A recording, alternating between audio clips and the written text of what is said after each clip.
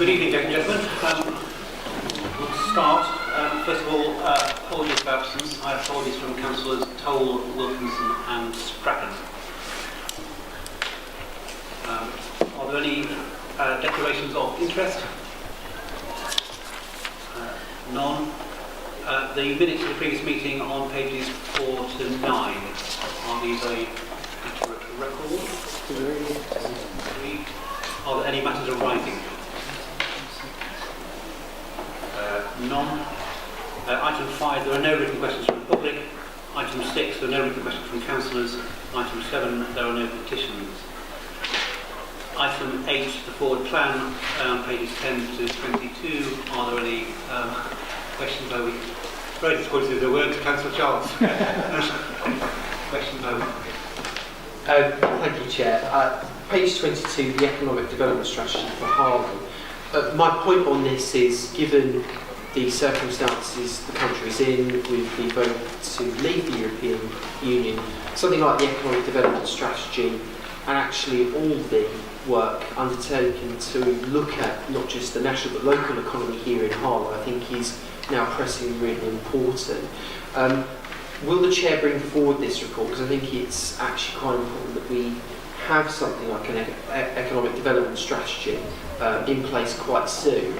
I understand, of course, that you want to do a briefing, and I welcome the fact you want to do a briefing on the impact to Harlow of leaving the European Union. But something like this, I think, needs to be brought forward, given the economic reality in the country and locally. Yes, absolutely. You'll know when we get to item 12 on the agenda that this specific thing is on the agenda of the Economic Overview Working Group to focus on this. I do absolutely recognise that both it is necessary and expedient, and also with the additional uncertainty that's created in the business environment.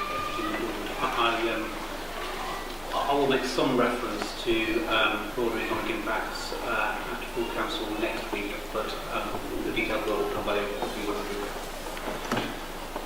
Any other questions or comments? So the note of the forward plan, so noted. Item 9, recent decisions taken by the leader of the portfolio holder, decision by the portfolio holder for youth and community. It makes reference to a paragraph report that wasn't in the cabinet agenda, which has been circulated on paper. Councillor Charles. Chair, thank you for sight of this report. I was going to raise a question just out of interest, purely because I was a previous portfolio holder and did actually approve these sorts of grant applications to voluntary sector organisations.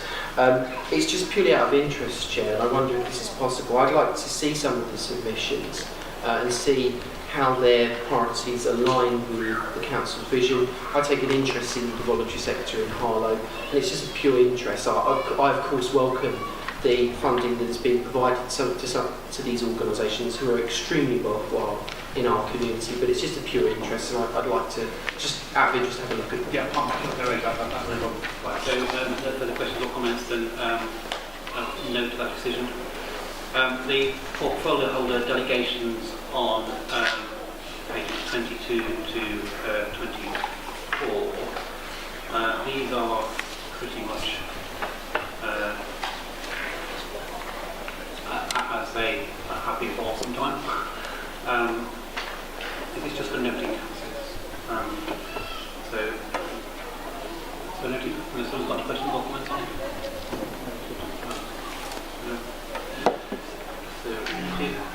Right, so item 11, the appointment of cabinet overview working group panels and partnership bodies on pages 26 to 28. I'll try and move this. Seconded. Already. Comments, questions?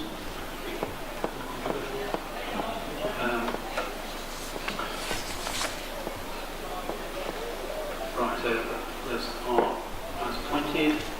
Right, item 12 on the agenda, the Cabinet Overview Working Group or Work Plan on pages 29 and 30.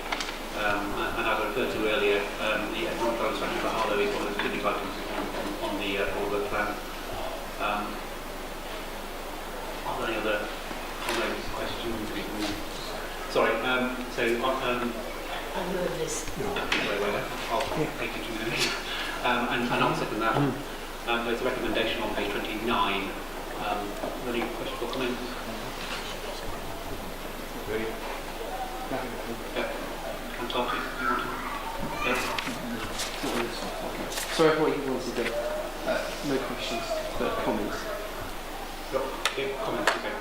Clearly, consistently on the performance report,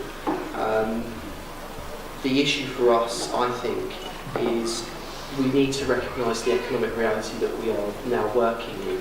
I recognise what the Chair has said in a previous question about this, but I am, of course, very concerned, of course, the opposition is concerned about ensuring that we have a prosperous local economy.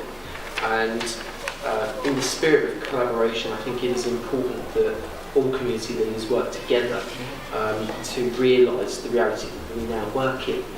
All of us are committed to strengthening the local economy, and I think that needs to be reflected, and I think we all need to work together now. This is the reality, and as community leaders that's really important. So that's all I really wanted to say. I actually recognise that, and I'm sure that the Cabinet Review Working Group will, as it always has, worked strongly together in this area. If there are no further questions, I'll read on the recommendation on page 29 that the work plan for the Cabinet Review Working Group is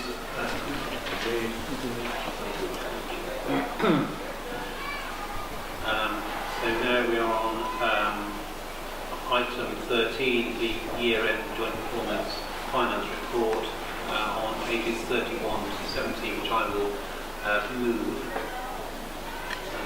I second that, Chair. So, I'm not going to take very much introduction. I'm sure Councillor Danvers will expand on some of the highlights. I'd just really like to say that once again it demonstrates a good and strong financial control, making progress on performance indicators, and there are a small number hard in the report along with two action plans and improvement plans, but once again a good strong performance in terms of financial control and continuing in the right direction on performance.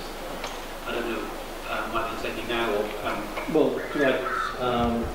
Being maintained through the year, and the underspending of £800,000 is being carried forward.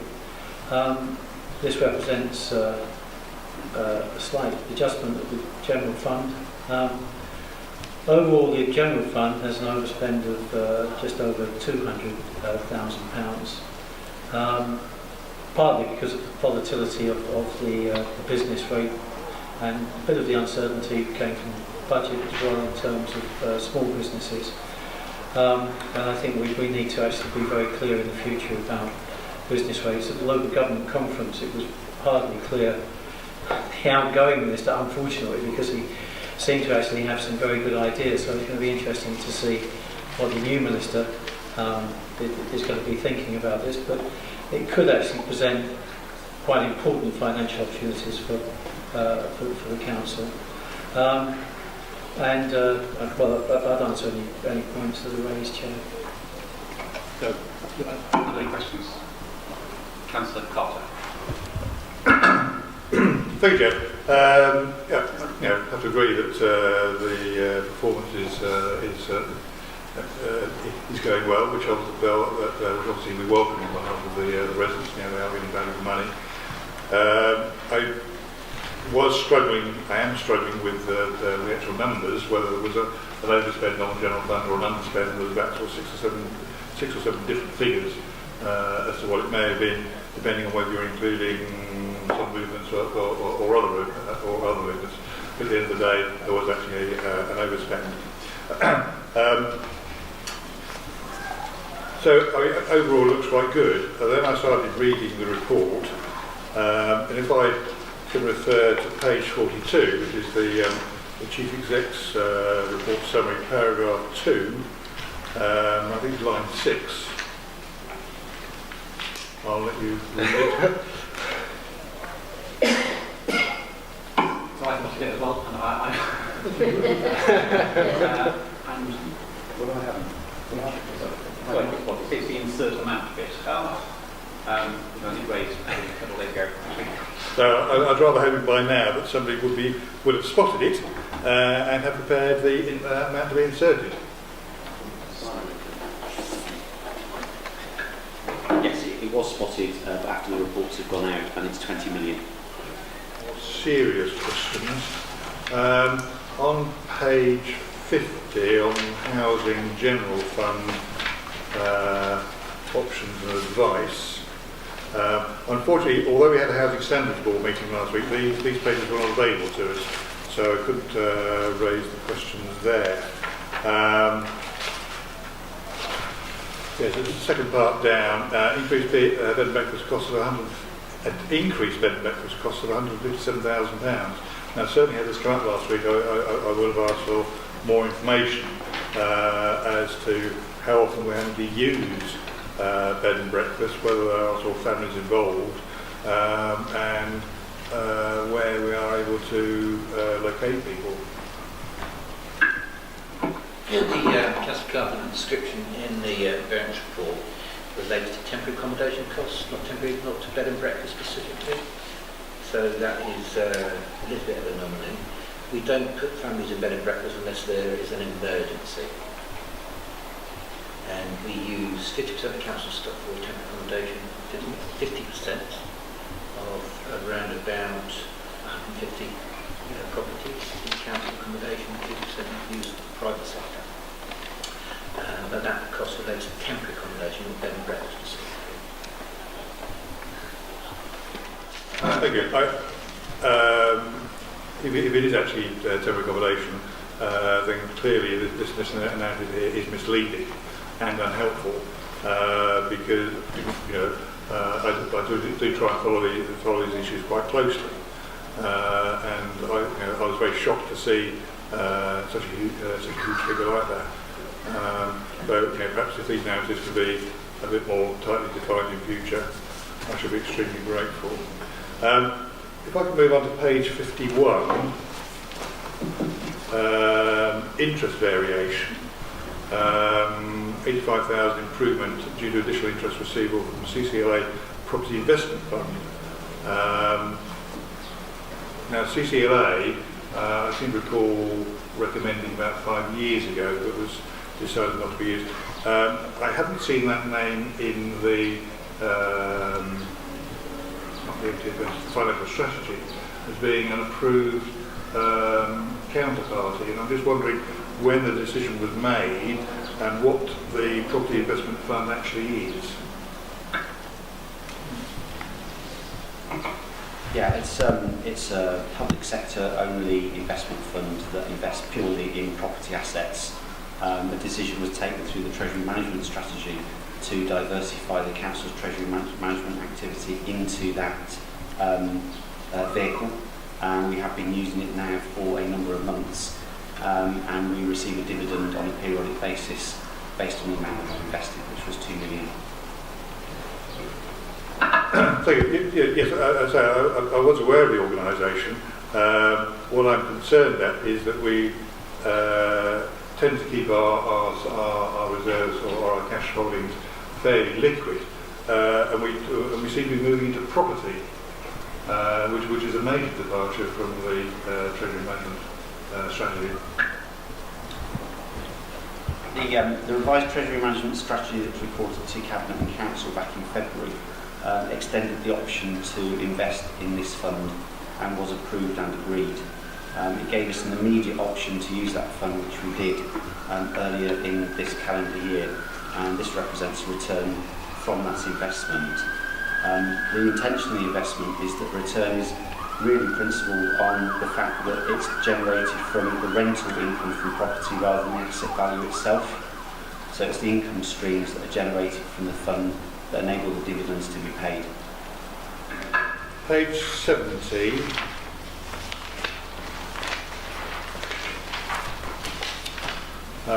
Proposed end of the year earmark reserve movements. There's about halfway down the page the debt financing reserve, net movement of 750,000 to finance future costs falling upon the general fund in relation to borrowing. Could you explain what that's for? I'll try to do it as simply as possible. As part of the 16-17 budget, councillors may remember that there was a savings proposal related to this budget that was brought forward and was accepted for 16-17.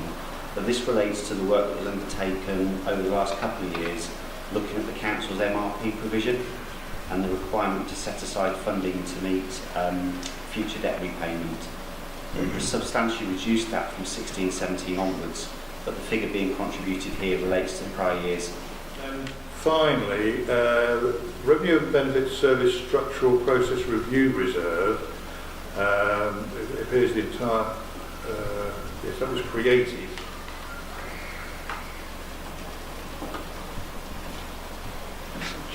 It was you. Suggest that if Simon has technical questions, that prior to the meeting, perhaps he sit down with Simon. Simon's door is always he'd be open. very willing to spend time actually going through any queries that you have. Thank you. Unfortunately, I was away and only got back on Monday night to actually start reading the agenda. So I am scurrying around a bit at the moment. Yeah, but I will come back on that. Thank you.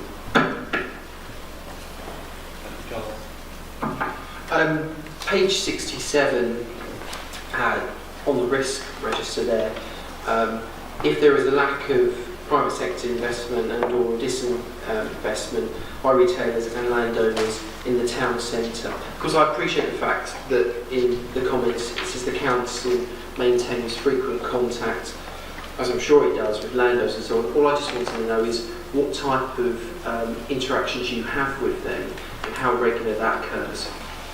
Since we actually appointed a town centre manager, I think we've held he's held two meetings so far with the current landowners that we have been in regular contact with, but we also know that that audience needs to be extended wider, and I know that David is also facilitating that meeting, so it's not just about the current owners of the property, but also potential owners of the property that we can actually invite in.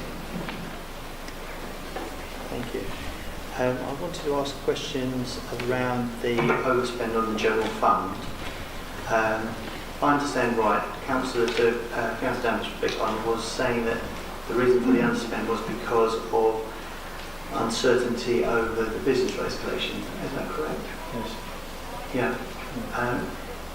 Could you elaborate a little bit further for me so I can understand? Because it says that in the end there was a 730,000 net credit on the business rate, and by the time you paid across what you need to government, there's still a substantial amount there. And I just wondered why that meant that there would be an overspend on the general fund. There's a number of things in regards to that. It's also the bad debt provision that's actually gone up quite a bit as well, which has caused us a bit of a problem, which wasn't expected to actually the magnitude of what actually happened. So I understand the bad debt thing. Going back to the business rates, yes. Could you maybe just crystallise that for me a little bit more? Does it have anything to do with the variation in business rates at all, or is it just simply bad debt collection? I think it was a mixture of both, wasn't it, Simon? What point is this? Page 35 of the report is I think there is an explanation, the whole explanation in the report.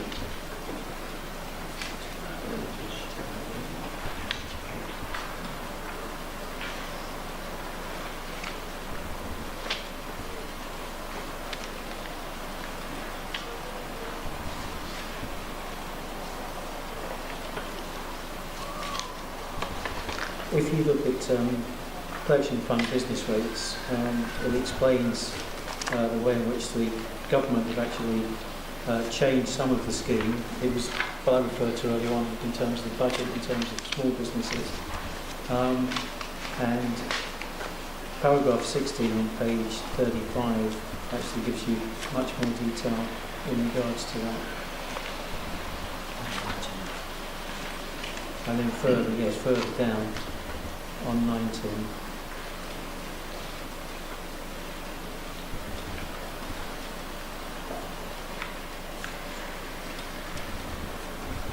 page 19 gives me further detail. That was the answer. So the section in the main report, starting at on page 34, bottom, paragraph 14 to 19 on the following page. That explains it. Yeah, I mean, I'm asking if somebody in portfolio head of finance could explain it to me, because I've read the report, I don't understand it. So that's the whole point of this exchange, isn't it, is for it to be explained to me. Well, let's have another go. The government's slightly changed the goalposts. Sorry. Government slightly changed the goalposts. There's been there's been a lack of some collection.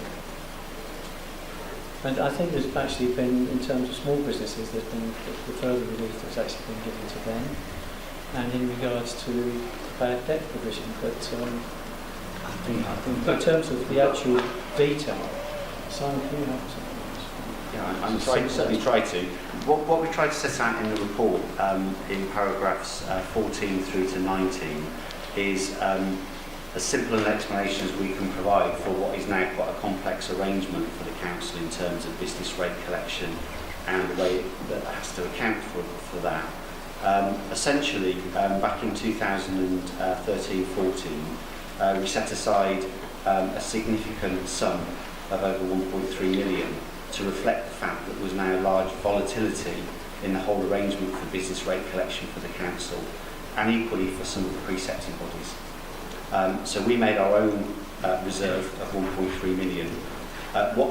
We've identified now is there's a kind of a time delay in the way some of that adjustment impacts on the council. So although we made a surplus, we budgeted for a deficit in 15-16, but we achieved a surplus, but we had a deficit to catch up on from 14-15 in the accounting for the collection fund. So we've applied the reserve that we set aside, but still left us with a marginal deficit compared with the budget that we set for 15-16. And so it's quite a complex arrangement. It spans more than one financial year. Chasing previous years. Yeah, and also thrown into the mix, which makes it more complicated, is the fact that we have to make an estimate of the impact of business rates appeals that might be settled in the year. We do that as part of the accounting arrangements during the close down and the preparation of the statement of accounts. And sometimes there are variations in the actual sums that are settled on appeal compared with the amount that we have assumed will be settled when we've set the sum in the accounts for the council, and that's also picked up in this variation. Chair, we're not the only authority that actually suffer from this. Is that large numbers of authorities are actually suffering from appeals, and the district valuer is very, very slow in actually hearing these appeals, and it means not just Harlow Council, but councils up and down the country are actually suffering from delayed collection of monies because of these appeals. They're normally won by the local authorities. And once again, the Minister at the Local Government Association conference the other week, albeit hopefully the new Minister will pick it up, acknowledged this as a nationwide problem and is actually looking at legislation and also as far as valuation officers are concerned to see if A, the appeal process can be speeded up, and B, because a lot of them are actually businesses that are just, and sadly some of them are in the public sector as well, which I find rather difficult to accept, but there you are. In fact, for some local authorities, the biggest problem is actually with local authority, other like hospitals and so on, appealing against their valuation. They hold up the amount of money they can pay. They know that they can hold on to this money, and eventually they have to actually pay it up. So it's a complex situation. There's lots and lots of different ingredients that are involved. I think it's been made a lot clearer. Thank you. I have another question, if I may. Yep. It's under the performance section, performance section on page 15, between pages 58 and 59 I'm looking at. In particular, the performance indicator BV012, the average number of working days and shifts lost due to sickness and absence, and it's unfortunately it's up, the number of days being lost due to sickness. And I was looking at the practical steps being taken, and some of the practical steps, perhaps they could be clarified, because they don't really seem to be very, very practical in sorting out the issue. It says the council has implemented a range of policies over the past few years, including, and then it goes on to list them. That doesn't seem like a practical step forward, because if they've been implemented in previous years and they've not brought down the number of rates of sickness, then it doesn't really. I suppose they say the definition of insanity is to keep on doing the same thing again and again and again when it doesn't work. And that might be one of them. I didn't like the wording, and maybe it might need to be looked at. It says encouraging / reminding management to complete return to work interviews. Surely you shouldn't have to encourage your managers to do that. They should just do it. And it says continue to use absence management processes to reduce the number of days lost. Those absence management processes clearly aren't working. So those number of practical steps to go, if they were the reasons given, that would make more sense, but they've been given as reasons to, or practical steps to improve. So I don't think that really makes much sense. One step that appears to be missing from here would be a review of people's working conditions. Are the council's working conditions such that it has an impact upon the sickness of the people? So I think that element needs a tad more work. Maybe it's just the wording, but it doesn't sound like practical steps going forward. I'm not sure there's a question there, but so I mean, clearly the level of absentee is, as it says in the report, based on a number of long-term sick, and a specific point in here about ongoing management and support and those long-term sick. I don't know if Brian, you want to more generally. Yes, I mean, as you can see from the report, particularly at the bottom of page 58, the largest problem we had is the increasing number of long-term sick. You can see there's an increase of 214 days of long-term sick year on year in the last 2 years. We can do so much with long-term sick, support, contact, etc., and we do a very good job. But we've got very little control as to when they're going to come back. We want them back as soon as possible, they want to come back. In relation to the short term, I've called it up to 20 days. Some of these policies are newer than others, so have been brought in more recently than others. And I agree with Russell when we talk about encouraging, reminding management. It probably wasn't the best words. The back to work interviews do take place. What we're trying to do is encourage them to be sometimes more robust, so it's probably a better way of putting it. But at the end of the day, we haven't got staff who are swinging the lead, so to speak. It is the long term that is the problem. Of course, there are other things we could do, but they would probably not be to the liking of councillors. I know other councils who basically stop paying people when they're not around. In relation to the last point that was made, remind me what it was. It was working conditions. We had a staff survey every year, and I remember being the staff survey to the cabinets back in the last year, and we monitor what the staff think as part of that staff survey. We also monitor the reasons people are out. It isn't a case of, oh well, they haven't been there. It's why haven't you been there? If there is a trend, we look at it. Talk about long-term sick. If somebody has, I don't know, a back problem, we will look at ways of bringing them back by doing a desk assessment, if you like, seeing where their computer is, seeing where their chair is. So we do as much as we can. That's not to say that it's ideal, it clearly isn't. But I've come back again to this long-term sick point, and that is the biggest issue we have. It's unfortunate, it's sad, but there's not a great deal we can do about it.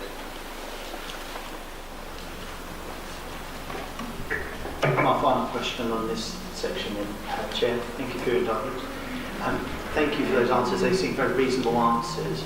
So, I mean, my question would be now, shouldn't the wording, I mean, when you're inserting in the cost that the council saved over 10 years, having to read the document, would it be better to use some of your words, like instead of encouraging or reminding, be more robust? Mention the staff survey in here as one of those proactive steps because as I say, as it reads, it doesn't. Those things are very, very good and they're very reasonable answers to the question, but it doesn't come across in the report. And I think it should. So my answer is, Chair, could those things be changed and ended up included? We're welcome to helpful comments, and I'm sure they'll take it on board and appropriate considerations. Yes. If this comes up next cabinet, that will be rewritten. I'm actually mentally rewriting it now.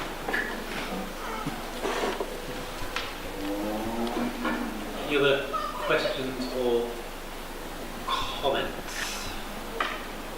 In that case, the recommendations on page 31, A to C, and I particularly note the approval of the carry forwards and transfer to reserves in item C. Are we so agreed? Agreed. Thank you.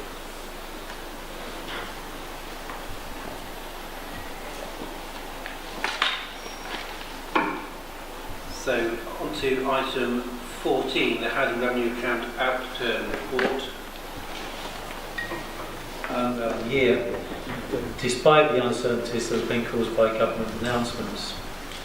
The underspending on services on specific budgets has increased from £1.5 million in Q3 to £2.3 million at the end of the year.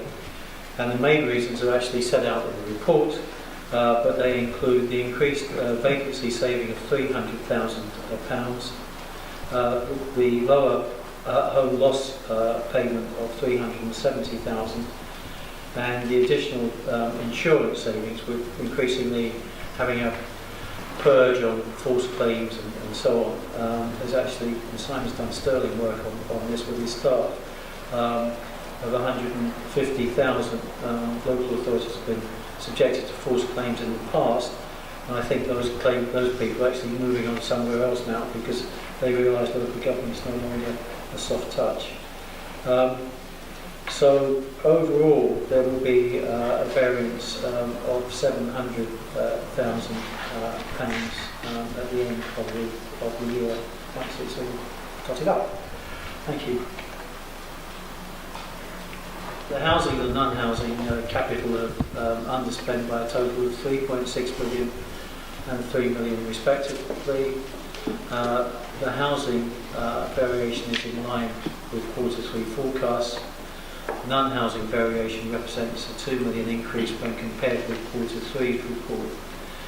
This is largely associated, A, with the Latin Farm delayed completion, and that's £700,000, and the delayed start and funding of the arrangements for the Fern Hill refurbishment, and that's a further £630,000. The underspend of schemes due to start or be completed in 2017-18, and therefore the request is to actually carry over these monies, Chair. Councillor Perrin. Yes, Chair. Regarding the... Oh, sorry, I'm getting ahead of myself, Chair. Thank you. Sorry, my apologies. Getting ahead of myself. No questions? Any comments? So the recommendations on page 85, 86, A to E, again, noting the carry forwards. Are we so agreed? Agreed. Right, so that brings us to item 16, the customer service review and action plan. I will move that. Seconded. Sorry. That was seconded. Just some brief introductory remarks. This was based on a fundamental review of customer services, and really it's a recognition both of the movement in technology and the expectation of a large proportion of residents to enable them to do self-service like they would do with banking and what have you, but also recognising that there are some sections of the community who are unable or unwilling to use the technologies. So it's really about rebalancing by freeing up resources for those people who can do it online and the like, to focus more focused attention on those who can't or won't. I I would note that one of the recommendations in this report is the closure of the cash facility in the council, but that will be arrangements were put in place with places like the post office to enable cash payments to be made in the same way that people who pay cash would pay their other bills through the post office. And this removes significant expense. At that point, I'll just pause. Are there any questions?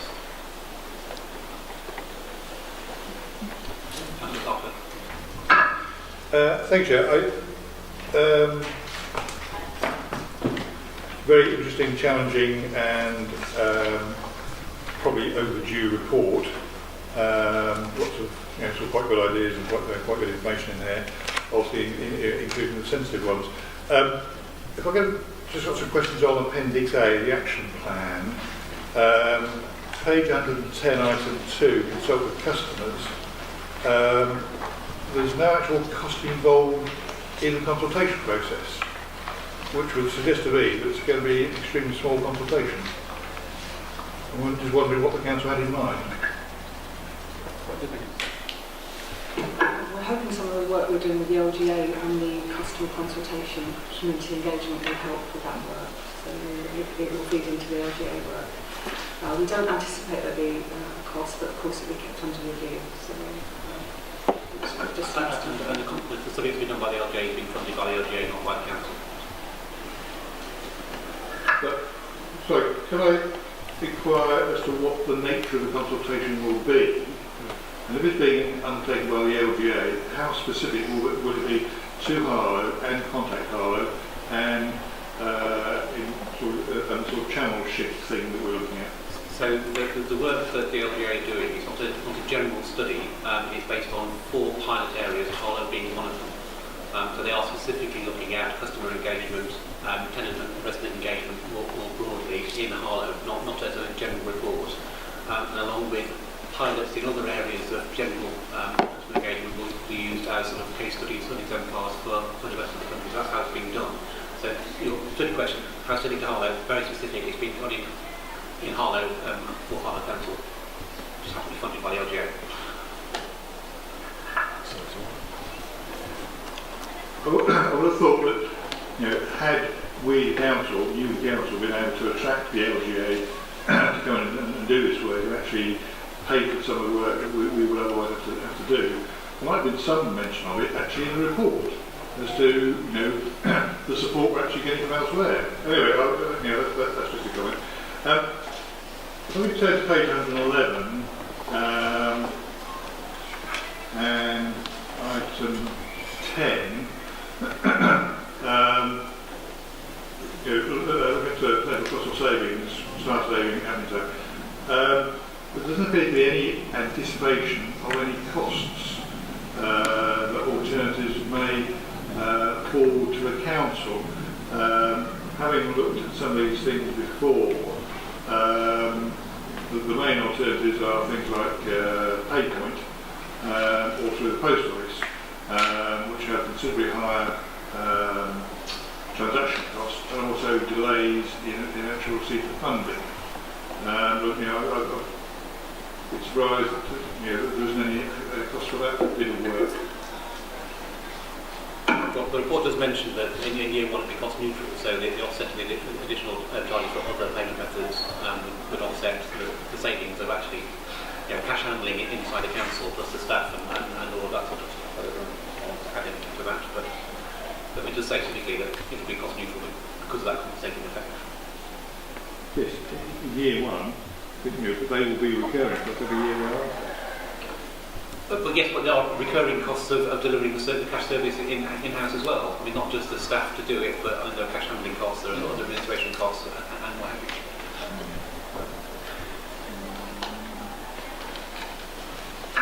you. On the same page, on item 12, it's probably more the way it's phrased, but it says, investigate further late opening, so the Contact Harlow team can have regular team meetings and training. So I couldn't quite work out how opening Contact Harlow for longer will enable staff meetings. I think that could be worded better. So it's having contact Harlow staff here for longer, so we can have team meetings. Having contact Harlow staff here longer, so that we can hold team meetings once contact is closed. Right. Yeah, recognise the budget wording. Yeah, it's not that the contact Harlow itself will be open longer, it's that the staff will be here longer after it's closed. Yeah, how you explain it, that says, it looks as though we're actually trying to improve things by opening contact Harlow for longer, which I'm sure lots of people would appreciate. But if they only have the staff here for a longer period, so they're going to start meetings. Nothing at all to do with the opening of contact Harlow. We could accept the wording to budget word. Equally, on page 112, item 17, the action is to move away to published emails on the website to forms and self-service facilities. So, what does that mean? So it means rather than accepting free text emails, is to have structured forms to get a better quality of capturing information.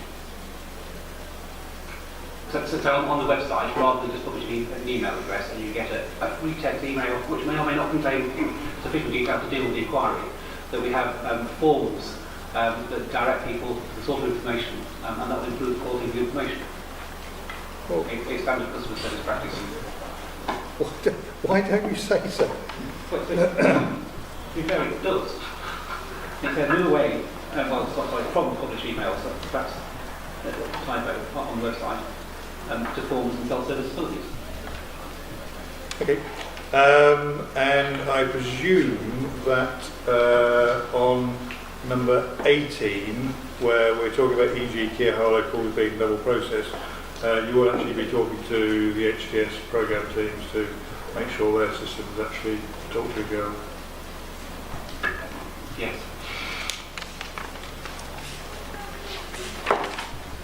Moving on to page 120, paragraph 3.1,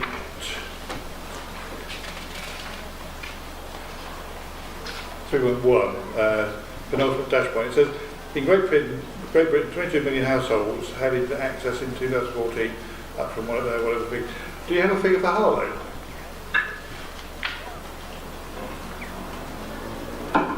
I don't off the top of my head. I can check and find out actually. Wouldn't it be helpful to know that when you're putting this report together, so you know what your target audience is, who can use all these new channels, and those who can't? So this is just background in terms of broad trends in the UK. I don't think it's necessary to know a specific number for Harlow to indicate that there's a broad trend towards self-service and digital technologies. But it will give you an indication as to roughly how, what your target audience is and how many you can actually get to use e-systems, and those who will need alternatives which don't. So bear in mind that there are a lot of elderly people who are tenants who may or may not have internet access, who may or may not use the internet on a regular basis, and all these sort of new systems will be totally lost on them. So I take your general point, but this section in the report is talking about general trends. Yep. And if you want to get into specifics around measurement, when we start talking about the implementation of these things, we'll absolutely have to monitor and look at take-up. But so this isn't meant to say we're going to move from X percent to Y percent. It's talking about general trends in customer service. Right.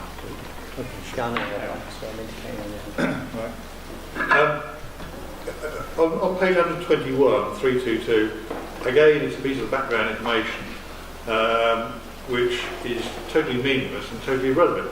It says Harlow has a high percentage of young people aged 0 to 15. There's no reference to young people anywhere else in the report, and the graph doesn't justify what the comment is. So, what on earth is it doing there? That's a rhetorical question you would be to know. And finally, more of a, no, not quite finally. Page 133, paragraph 4.9, the report is providing analysis of other councils that this company's been working for, which clearly shows that Harlow already has the lowest unit costs. So, apart from closing the cash office, it's difficult to see how further savings could be made through whatever investment is required over the next 2 or 3 years.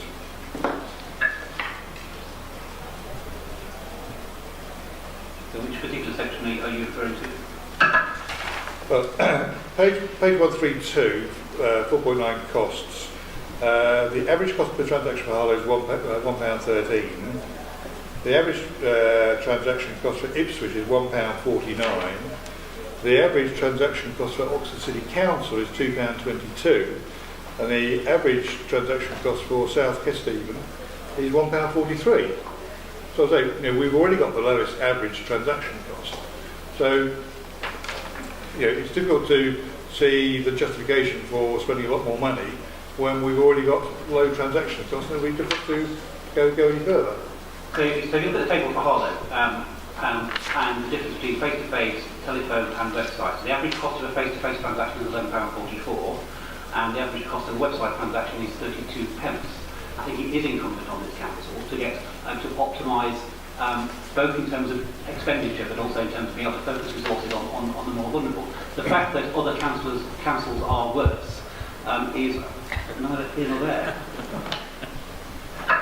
Well, Exactly. with respect, Mr. Chairman, as they say, we've already got the highest proportion of website transactions amongst those 4 councils at 73%. So again, what cost saving can we achieve by moving another 1 or 2% on website transactions when we look to be spending quite a bit of money. So something like, precisely, 79.3% of our cost of customer transactions is not through a website. So there's £500,000 we spend on non-self-service. If we can move a proportion of that to a self-service website interaction, we will save a significant amount of money and add to the convenience of those who wish to use those services on a 24/7 basis. So I think there's always room for improvement. Yeah, I accept there's always room for improvement, but I say, 73%, which again is the highest proportion of those 4 councils looked at, are already web-based. So I'm just wondering how many more we can actually squeeze. I have one final question. There's no reference at all in any of these reports to people with disabilities. There's no reference in any of these reports to an equalities impact assessment. So when will the council be carrying that out before it goes any further with this major upset to the way the council deals with its residents and tenants? Well, I'll tell you my introductory remark. I'll Ben answer to this in a minute. But one element of this is to provide the facilities for those who are able and willing to use self-service online facilities. Those people who, like me, who have a full-time day job as well as being a councillor, who do a lot of my sort of transactions, whether that's with my bank or shopping or paying bills out of working hours or what have you. So it enables those who can and want to, but that also enables a more focused personal service, face-to-face service for those who have particular needs, whether through disability or even personal preference. So it is about focusing those resources. Just to say that will be done obviously before anything is implemented and will be considered by the customer service board when considering recommendations. And council's equalities assessment panel, and the council's equalities assessment panel as well, Yes. if it still exists. Have we got a secure system for this? Because I've had experience of fraud on the internet, and I've looked to have people complaining that they've had their details cloned. I don't think anything to be made on a particular form, but I'm, in my day job, aware of a number of councils who provide such facilities. Harrow, bizarrely being one of them, very close to Harlow in terms of letters. But clearly security is a significant concern, and there are also very strict guidelines from central government for public sector systems and security of data. But I'm sure that when we get to that point, we will be using a well-tried and trusted software and infrastructure set, and it will be subject to the normal accreditation of public sector systems.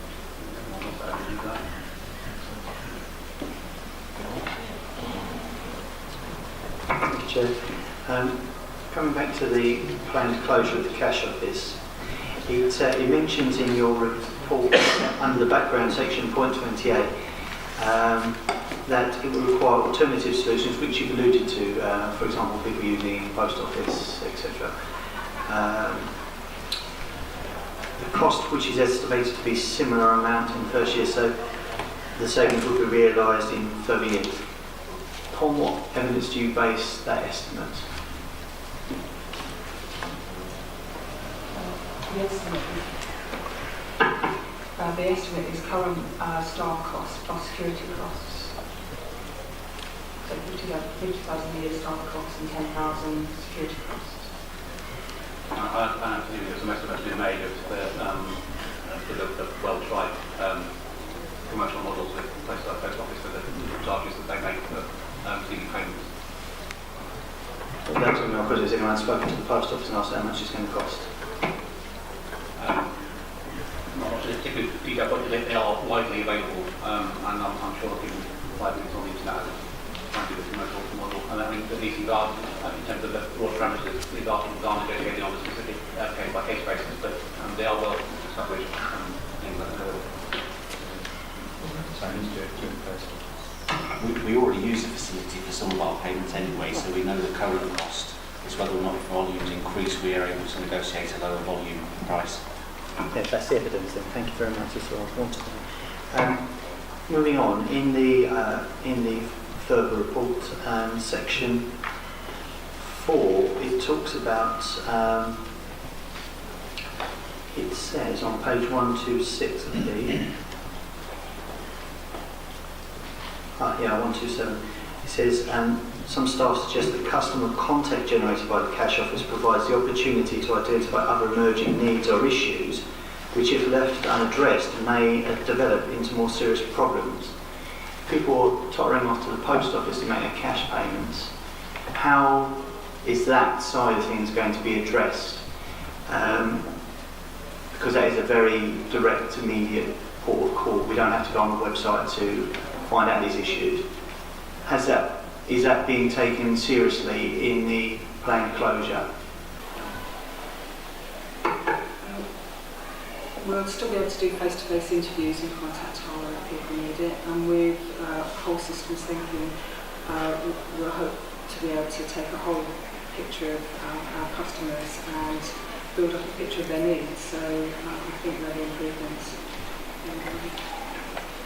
Through you, Chair, with all due respect, whole customer systems. So we'll take a view of all of our customers' needs, any complaints, any inquiries, to make sure that we're delivering a service that best fits their needs. You're already doing that. I think what the people in this survey in this consultation, this document, are saying is that this is a very good way of informing that picture of which you speak, and you're basically going to shut that element of the picture down. And so there may be people that fall through the net, and I'm just wondering how much weight you're giving to it. It doesn't sound like, you've answered the question, which is all I'm asking you to do, it doesn't sound like a lot, because you're going to try and pick this problem up somewhere else. That's what it sounds like. Moving on, in the table, you made some comparisons between the number of transactions undertaken 2015 and 2016 when the office were open and closed, and that's a reasonable analysis to make.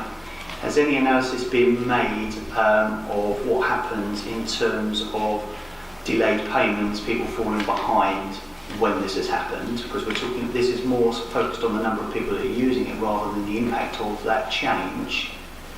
Have we done that assessment internally, and have we looked at other councils when they've made this switch, what the impact has been on delayed payments, loss of payments, chasing of payments, etc., when they've made the change? Because that would be a very good thing to inform your overall decision, I think, before you make the final decision to close the cash office. No, we haven't, but we can do. It's project progressing. And I think it's worth noting that these things will clearly be under review by the Customer Services Board, and there are unintended side effects, and then things will take action at that time. Thank you. I appreciate that. It's just you've tried to give some analysis to try and show that this isn't a problem, and it seems very one-sided, the report, as in it's not going to be a problem because we can pick things up everywhere else. If we're going to do that, we're going to promote the positive, which we should also look at the possible adverse effects if we're going to get a balanced view, is what I'm saying. There may not be a problem to this happening, but if we're going to make a reasoned judgment, we need to take a more reasoned and balanced view rather than the one that I think is being portrayed here. Because I pick up on Councillor Carter's point, it may be background, but if we don't actually know the number of people in Harlow that have access to the internet or other sources of payment, ways of payment, it seems like we're not knowing our target audience before we're going forward. This document's setting out a vague direction of travel. I appreciate that, it's not the final document, but I would have expected to see within the document these kinds of things being thought of, even if the answers aren't readily available yet, so that we can be comfortable that the right thinking is going to take place before any closure would happen. And I think in that sense, I'm not coming down one side or the other on a view of whether this is a good or bad idea, but I do think this element of the document is seen lacking. And I think in general, I know it's a very big overall document that you've put together here today, but there's been lots of instances where the use of language, the thought process hasn't been as sharp as it might have been, facts not put in the right place, and it doesn't feel like this is a very sharp, tidy, tight assessment of the direction of travel at the moment.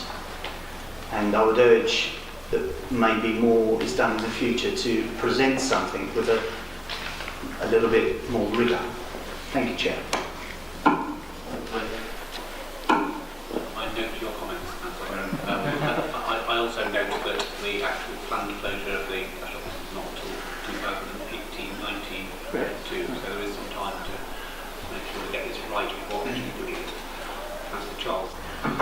Chair, has the council thought about having a customers forum that includes people with disabilities, people who use the cash office regularly, use that face-to-face interaction? Because I think that's one of the ways that we could look at addressing the consultation going forward.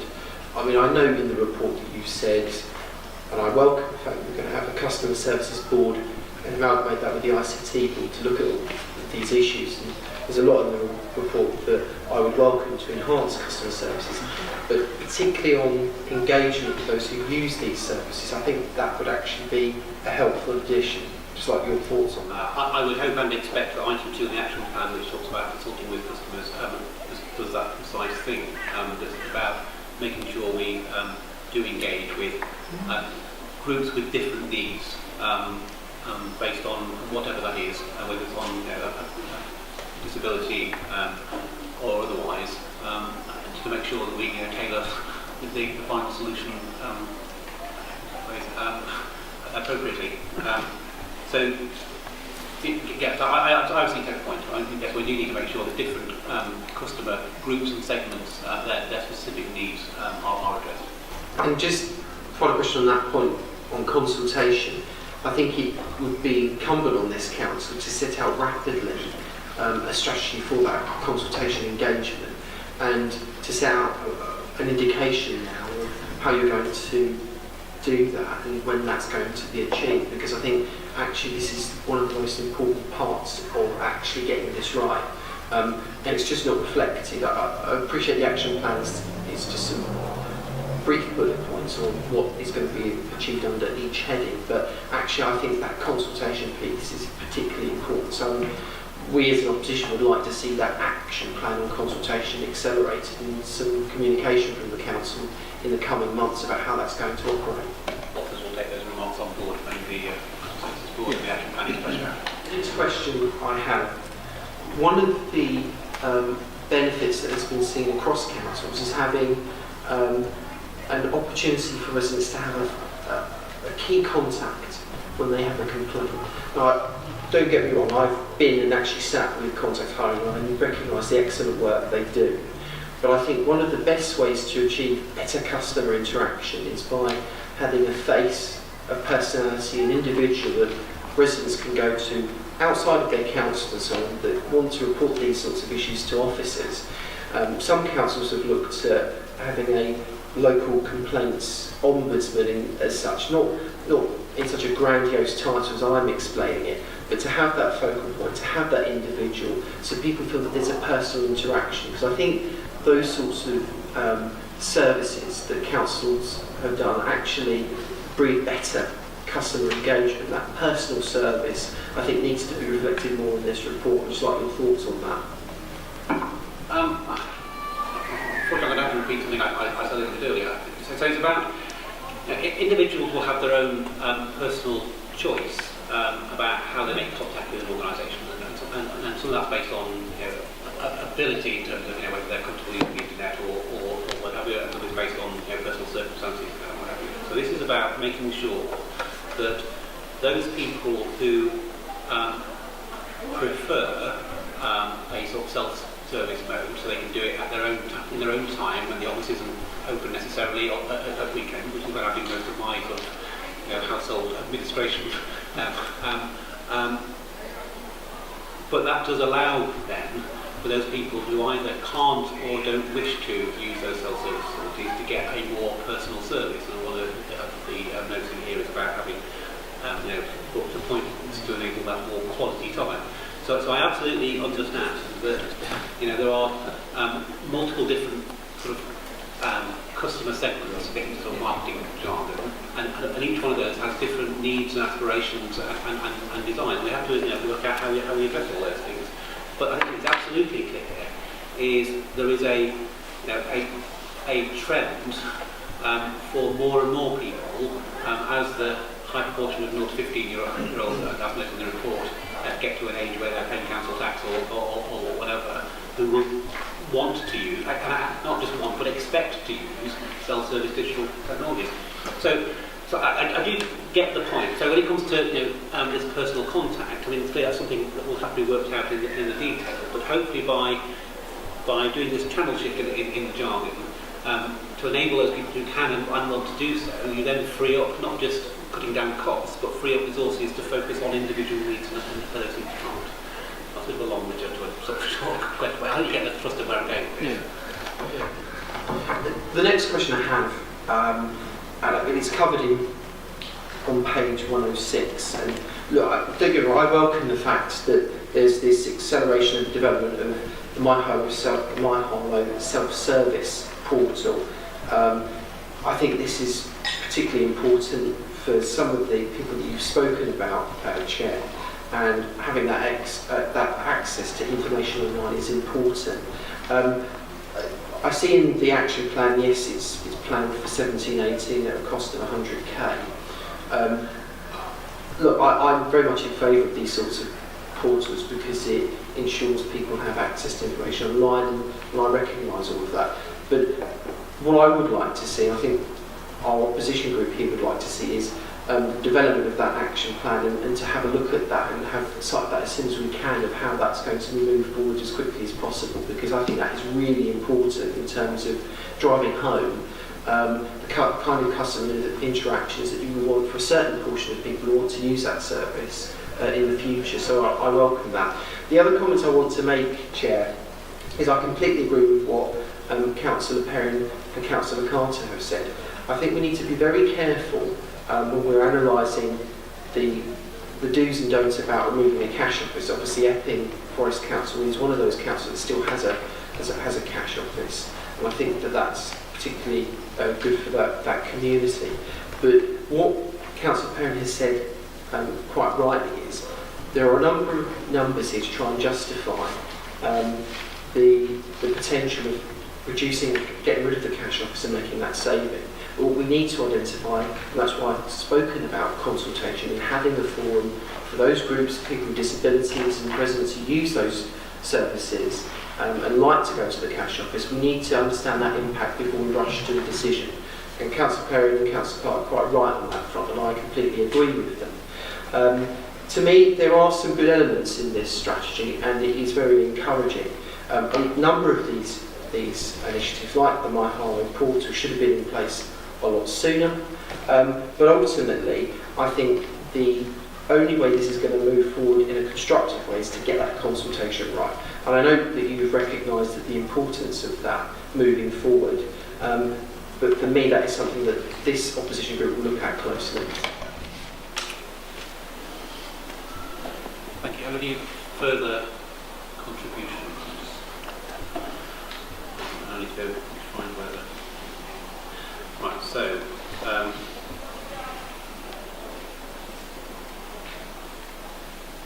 on page 102, the recommendation that the customer service plan at NUK is approved. Agreed. Generally, I do take on board the comments that have been made, and I'm in particular interested personally as well. Clearly, for obvious reasons, the IT element. I'll just make a general observation that the complexity in all of that is not the portal, it's joining up the bits at the back of it so you get the information, which is the complexity. But anyway, moving on. Right, so we're now at item 17 on page 138, which is the management operation of the Harlow Enterprise Hub. But just on that, just to let you know, in the report, whilst I've been doing the evaluating of the bids, I've given you the financial offer and I've given you the business planning, but actually what I missed out, so I do apologise, is actually the tracking record of the three areas. It doesn't make any significant impact. I can confirm that contractor A scored 60%, contractor B scored 100%, and contractor C scored 86%. So they were actually included on our recommendation, but I do apologise, I haven't actually put those details in the report. I'm happy to take any questions.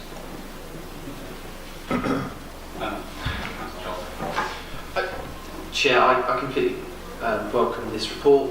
As ever, as the board member where this enterprise hub will be situated, the work continuing to deliver this is very important for the town. There's cross-party consensus on the enterprise hub and what it will bring to the town in terms of jobs and investment, and that's really important. Of course, the continued management of the facility is very important. The work undertaken here to ensure that that continues is vital to make sure that we get the very best result for the management and execution of the enterprise hub. So, of course, I fully support this report, and in this particular circumstance, what Councillor Durcan is doing to get this off the ground for the enterprise hub. Any other comments or contributions, questions? In that case, the recommendation on page 138, that the tender by contract to be accepted, and the recommendation in B, the co-terrorist lease, are agreed. Agreed. Thank you. Moving on to item 18 on page 143, to do with the Stone Centre design framework. Again, Chair, I'm absolutely delighted to make the recommendation as contained in the report on page 143. Seconded. Any questions or comments? Thank you. I was rather waiting for some more sort of welcoming instructions from Councillor Durcan. What a brilliant report it was. We don't like I thought you were wearing the shirt especially for it. You know me and my shirts. Certainly is. Some questions, if I may, on sort of slightly technical nature, but I'm wondering why they were mentioning that. One of the comments is about landmarks in and around the Stowe area, and there's a helpful map on page 161 which suggests that there is only one potential landmark. Yes, there are the key gateways as well. But as a regular user of the Stowe, I tend to find Moot House is not particularly landmarkish, or hidden behind the trees and set back and so forth. I agree. There are very few specific landmarks. It is as much as what people say, could you show me how to get there, or where shall I meet, and so forth. Although there is a reference elsewhere in the document to Darlington's, because it's all it's a dominant site at one end of the actual street. It's been there a long time, and people know. I just sort of throw it into the mix, but I think that's more of a landmark than Moot House is. If you want to make the report and document relevant and personal. On page 164, paragraph 363, we're talking about cycles. And if we're looking at a design guide for the area, I'm sure you agree. There are no cycle tracks to or in the Stowe. So what we do find is, and as is referred to a number of times in the report, there is antisocial behaviour with people cycling through the Stowe. And I think it would be helpful if the design guide incorporated some sort of steerage or guidance as to sort of how and where cycle tracks could go, which would be of benefit to the cyclists, but also of greater benefit to the pedestrians actually in the Stowe, who are sort of threatened daily by people whizzing up and down. Because there is nowhere for them to go. Well, that's what they do. On page 168,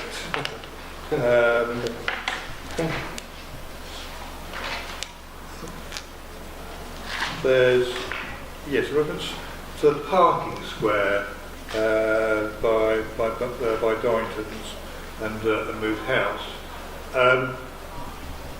That's quite a busy bus route around there, and I'm just wondering whether additional parking on there will be compatible with quite a busy road. I notice what people are parking on the curb already, and yes, it will be a convenient place to put additional parking, but I think it's one of those issues that needs to be borne in mind, but there is no actually reference in the document to it. So that anyone coming on cold might think, oh great, yes we can do that. And then go along there and discover that we can't actually close the road down for too long because they've got too many buses coming on. On page 170, the map again, item 23, new development on the car park site. That's actually a disabled parking bay. Again, there's no reference in the report. Okay, maybe a detail, there's no reference to actually reprovisioning those disabled parking bays, or where disabled parking bays could go in a redesigned Stowe. I'm a bit surprised about that. And then finally,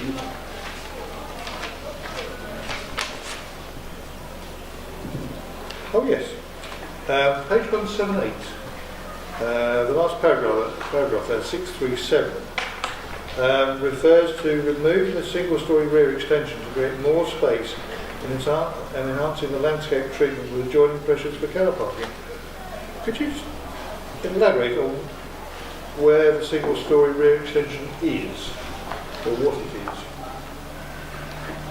please.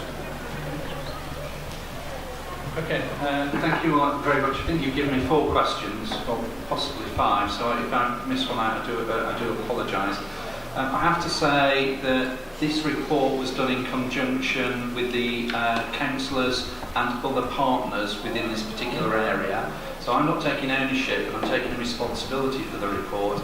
And actually in relation to the landmark building, Moot House was viewed by the majority of the residents when you actually asked them to describe a site or a place or a recognised building within that area. So even though you may have a different opinion, all I would say is that that does vary significantly from the majority of people who do use that on a regular basis, live there, work there, and actually recognise that particular issue. You're absolutely right. Cycling is an important aspect, and it is something with our health and well-being that we will be looking at and we will continue to be looking at. And remember that this document links very much to our development plan on our strategic overview, and therefore will dovetail into those particular areas as well. But certainly we will be encouraging people to come to the Stowe by bike, and one of the things that we want to do is make sure that they can park their bikes safely, as you've seen in some of the original pictures of Stowe, that they can be locked in a safe and secure particular area on that particular thing. In relation to page 168, which is about the parking, of course one of the positive things about parking is that actually it slows traffic down. And again, one of the complaints that residents have had for a long period of time is accessibility. And one of our problems about the design, like most of these hatches within Harlow, is that they face inwards and they are surrounded by a road, so you don't actually know what's in there until you're actually in there, or for there is a specific thing. So we do need to assist the businesses, but we also need to assist the wider community by enabling and supporting access through parking. It has been looked at. Our officers are confident that what they are suggesting in this particular plan is appropriate, but remember, as this goes forward, and therefore if there are any significant changes, then that can always be brought back and challenged at the time. In relation to your 4th question, which I think is referring to 170 and section 23 about the long-term interventions, I can assure you that this council is committed, like any development of any parking, that actually the use of parking should be for everybody. That also includes disabled people.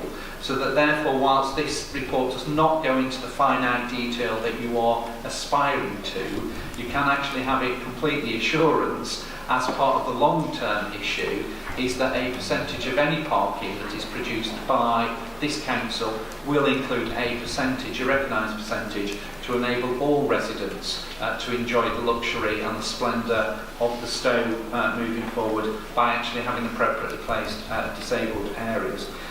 In relation to the single-storey extension that you mentioned on one side, 178, and I think you mentioned it was 637, I might need a few minutes to think about that one, to actually have a look at a coloured map for me to recognise what that single story is, but I'll be delighted to get back to you.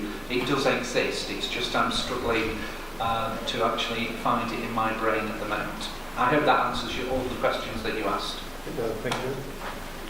I just wanted to say I'm really... Sorry. Yeah, sorry. I just wanted to say I'm really glad to see this coming forward, by the way. This was something, the idea, the concept, as you know, when I was at Keane Regeneration, glad to see this being dusted off and we're actually moving forward with it. So I really welcome this document because I think the Stowe is in need of regeneration. I don't think anyone can argue about that. I think with all these things it's about getting it right, and I know this party will work with the administration to make sure that regeneration works for everybody, and there's been a cross-party consensus on that for a great number of years. I just want to make sure I've understood this right. We were talking, Councillor Carter raised the question about landmarks, and you mentioned that his his view was at odds with the majority of the respondents to the consultation, and that they were people that work and live around the area there.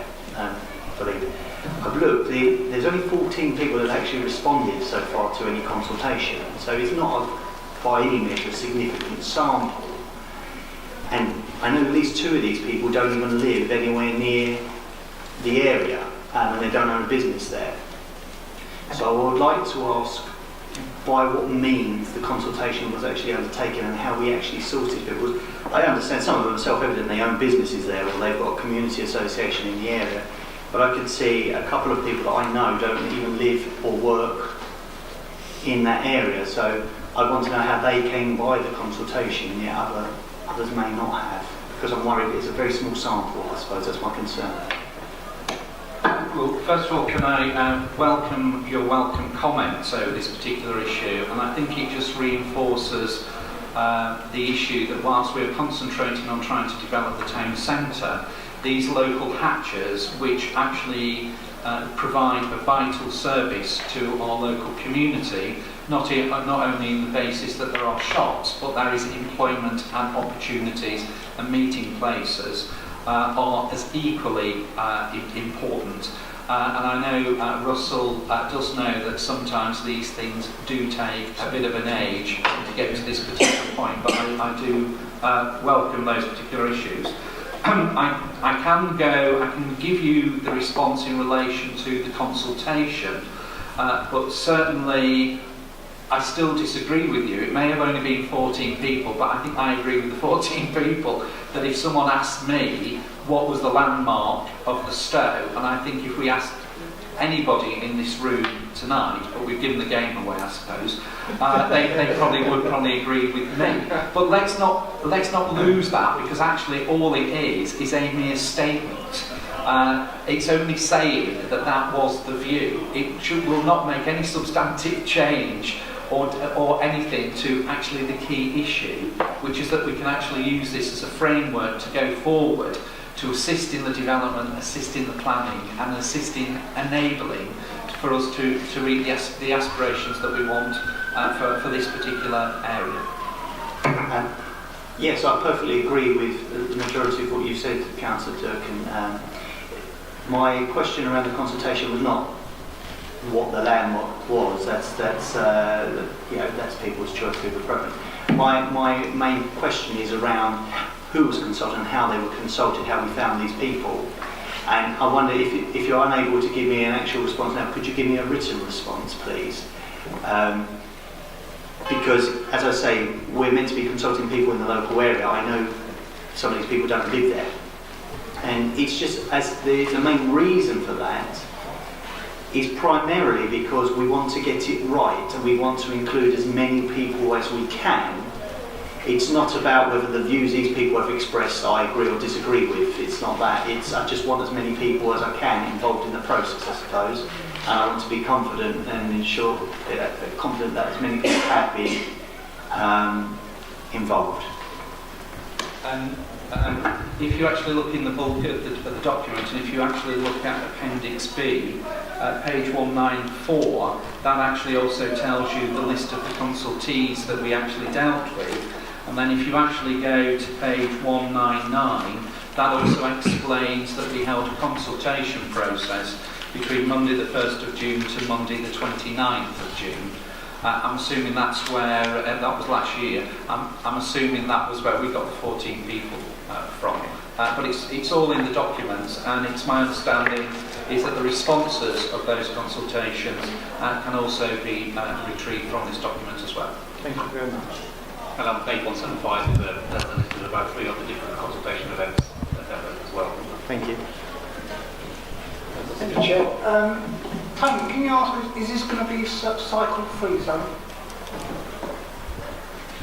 It's a good question. I mean, technically, the whole a number of areas should be cycle-free, but the reality is how do you manage that and how you do control that, and actually if you are bringing people in. But hopefully what we are going to be able to do is that people will be able to cycle to a point, and that therefore that's where they should leave their cars, leave their bikes chained up securely.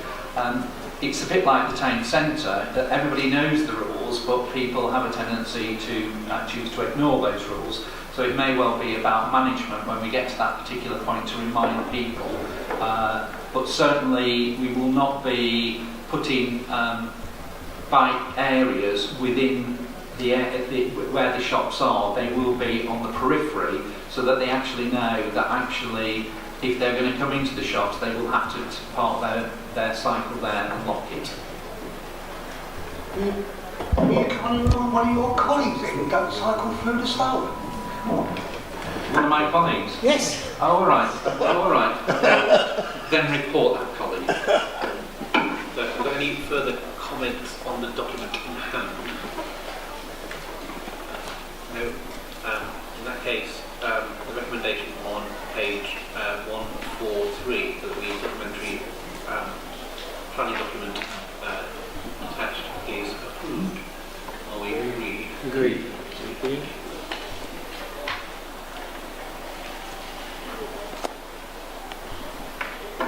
Right, item 19 on page 202, which is the loan arrangements to HPS Property and Environment Limited recommendation on page 202. So I will move that. Seconded. I'll obviously take question. I mean, this clearly has been raised and discussed by both the board, which is the council representation of HDS, and the shareholders subcommittee, which also includes councillor representation. But are there any further comments or questions? Councillor Charles. Just a comment, Chair. Of course, I sit on the shareholder subcommittee for HGS, and at the last meeting, one of the reasons why the loan agreement and the provision to go and do that for 1.4 million was some assurances, particularly over state aid and legal advice. I am very keen to see the written legal advice. I don't think I've received that yet, Brian. If I've missed it, then I apologise, but I haven't seen that legal advice yet. Chair, I do apologise. I was under the impression that all members of the shareholder subcommittee had received legal advice, but I'll resend it tomorrow if that's not the case. Yeah. I'm very sure that you would. I haven't seen it, Brian. I'm very keen to see that. Of course, my comments on this are quite clear. I've had a very clearly defined position on the move to this body. There are some major challenges to achieve before the HGS group becomes live and active. I remain very concerned about the ability to meet some of the financial regulations. We don't have a financial director yet, of course that's in the pipeline and that's to be achieved, but I would like to see that financial director sooner in post to actually regulate what was going on at the moment. Of course I have concerns about legacy work, and when we move from the JV code to the HTS group, what will happen to that legacy work? I know that a number of big pieces of work are being undertaken at the moment. That to me is a great concern, because these are issues to do with people's boilers and the transfer of all that work going forward. But of course, I welcome the comments at the shareholder subcommittee group from the new head of that HGS group and the work that he's trying to do to bottom out of that. But there are major challenges still to overcome by this council. The IT, making sure there's synergy with the systems, all of these issues are a major challenge for this council. Although there are work streams to achieve these sorts of things, in my view, there are major challenges to overcome. So I remain very sceptical about the HTS group, and moving forward as a shareholder subcommittee group member, I will continue to scrutinise this major decision, the amount of money that's being put in here. Taxpayers need to realise what's going on. Thank you for that speech. Are there any other questions or comments on the paper before us?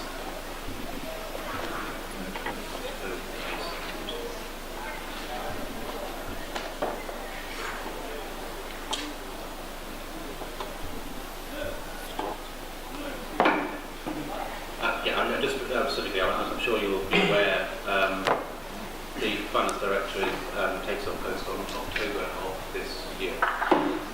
so the recommendations on page 202, A and B, are we agreed? Agreed. Thank you.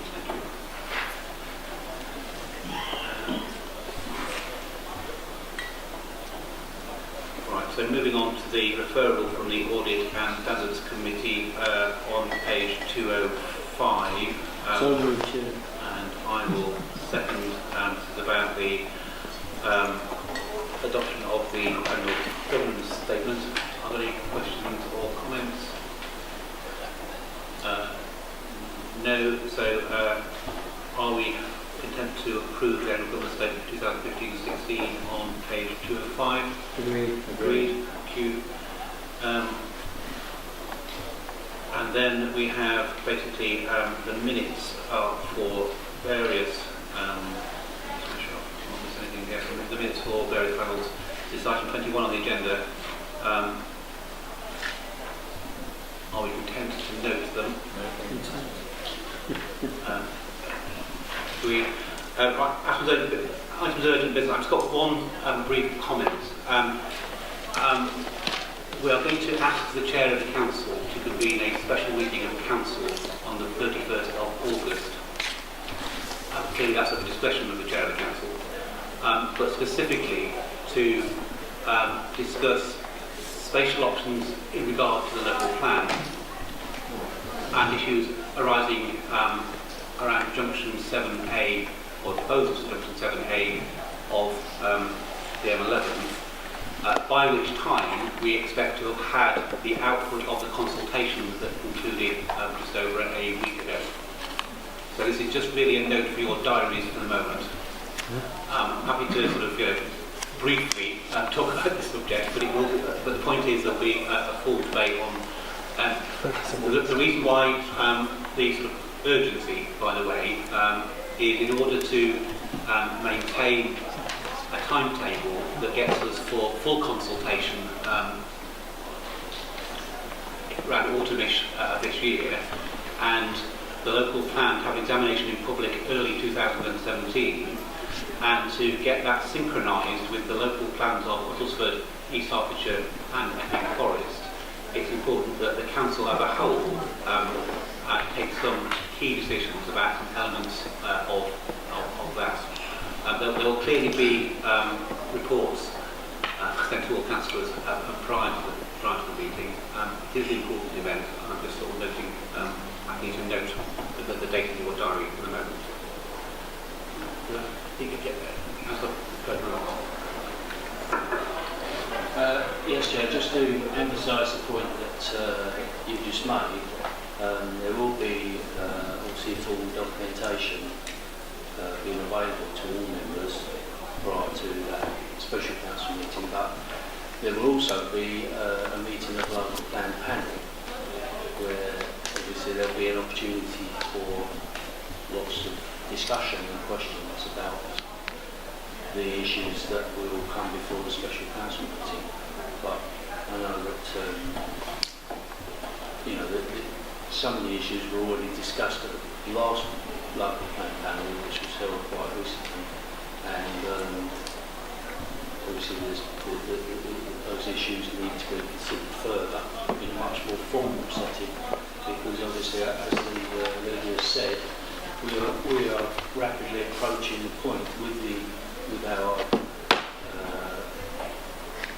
councils that we are cooperating with in the SMAR area to arrive at a common decision about strategic housing sites and other matters connected with the way the town is going to develop up to 2033.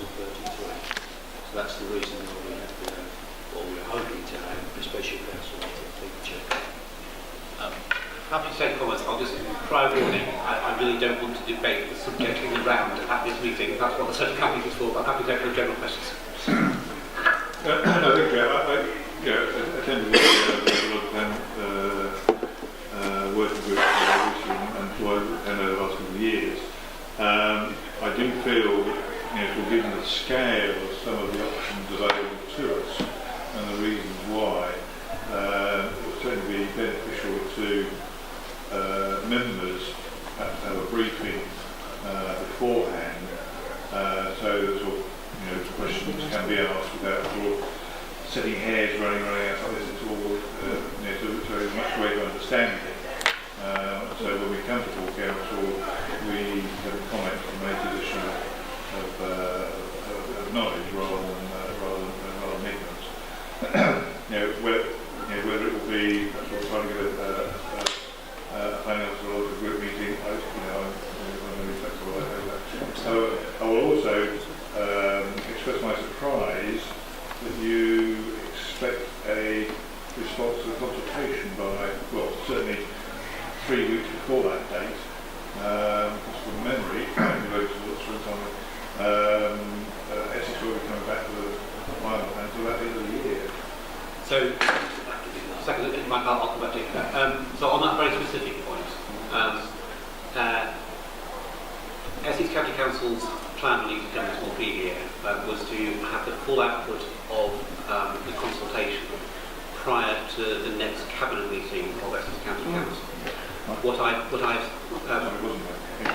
I've specifically asked for, though, is that while the full analysis that was presented to Essex County Council Cabinet may not be available by the 31st of August, that we absolutely get a copy of all the responses prior to our council meeting. And I have some assurances that that will be the case. And we're trying to get some, to fill the gap between getting the raw responses and the analysis they're going to do prior to that. That might not be possible, but absolutely will be possible is we will be able to see what the responses were and we can form our own view about that analysis. Okay, so do you want to... I'm just incredulous, Chair, is that we only the other week had a briefing in here. The UKIP leader was here. Large numbers of Labour members were here. So Mike, just to be clear, what you're talking about is the Junction 7A. Yes. I think what Councillor Clark is talking about is the far bigger issue. It's the far bigger issue of the local plan. And Councillor is absolutely right. There is a high degree of technical complexity in some of the options. So, Junction 7A is one small part of it, an important part. I'm not dismissing that. And I know there will be a spectrum of views across the council on that subject. Absolutely. However, I have fully recognised the point you've made, Simon, that the local plan, there is, those of us who have been following it quite closely for some period of time, an enormous amount of information. I don't expect every councillor to catch up on all of the technical documentation. Even if you started now and just read it, it would take you some time to find digesting. But it is important that the key features and options and decision points are briefed in advance. Now, I'll consult with Danny. That's a combination of reports and the local plan panel. But if we can arrange a separate briefing, I think that will be strongly advisable. So I'll consult with Danny whether that's possible or not. But I absolutely recognise not only is it a difficult and complex subject, it is a subject that's going to literally, not just metaphorically, shape the nature of Harlow for the next 15, 20 years. I'll be brief, Chair, and I speak in my capacity as an old Harlow Ward councillor at this moment in time. Clearly the local plan is vitally important for the next 15 to 20 years, as you've just identified, Chair. And this is an incredibly important special council on the 31st of August, so I welcome the fact that there will be separate briefings and there will be information available for council to make their decision. I don't attempt to go into the debate now, but I simply put on record that I have responded to the Junction 7A consultation and I maintain my opposition to this scheme, and I will make that abundantly clear at Special Court Council. Thank you. That's noted. I'm sure Councillor Danvers could make a very similar point. I recognise... Look, so we'll absolutely have the debate at the Special Council meeting. You now have on record your opposition, and that's fine. And I absolutely recognise there will be a full spectrum of views from absolute over my dead body opposition to very supportive and many other positions in between. But it's important that we have the debate in full and we're not having it now. So if there are no further general comments about the meeting, we're not going to entertain any other statements on their views on one of these subjects, then I will close the meeting. Well done, Chair.